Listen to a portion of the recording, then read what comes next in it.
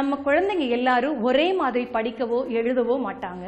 அதுலேயும் சில குழந்தைங்க எழுதவே மாட்டாங்க. நாம் நினச்சிக்கிறோம் குழந்தைங்க ரொம்ப சோம்பேறித்தனமாக இருக்கிறாங்கன்னு. ஆனால் அது இல்லை. குழந்தைகளுக்கு கை பிடிக்க முடியாமல் இருக்கலாம், கை வலிக்கலாம், அதுலேயும் பென்சிலை பிடிக்க முடியாமையும் இருக்கலாம். அது போன்ற குழந்தைகளுக்கு நுண்தசை பயிற்சி அளிக்கிறது மூலமாக கைகளை வலுப்படுத்த முடியும். கொஞ்ச நாள்ல குழந்தைங்க அவங்களே எழுதவும் தொடங்கிடுவாங்க. இப்போ சில நுண்தசை பயிற்சிகளை பார்க்கலாமா?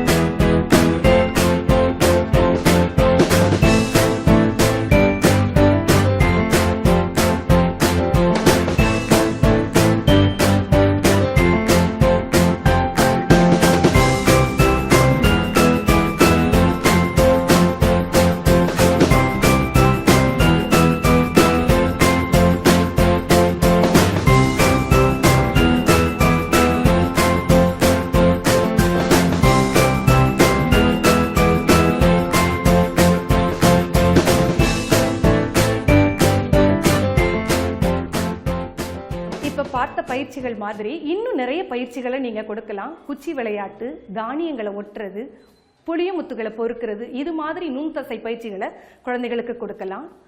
ஒரு விஷயத்த நாம கவனத்துல வச்சுக்கணும்.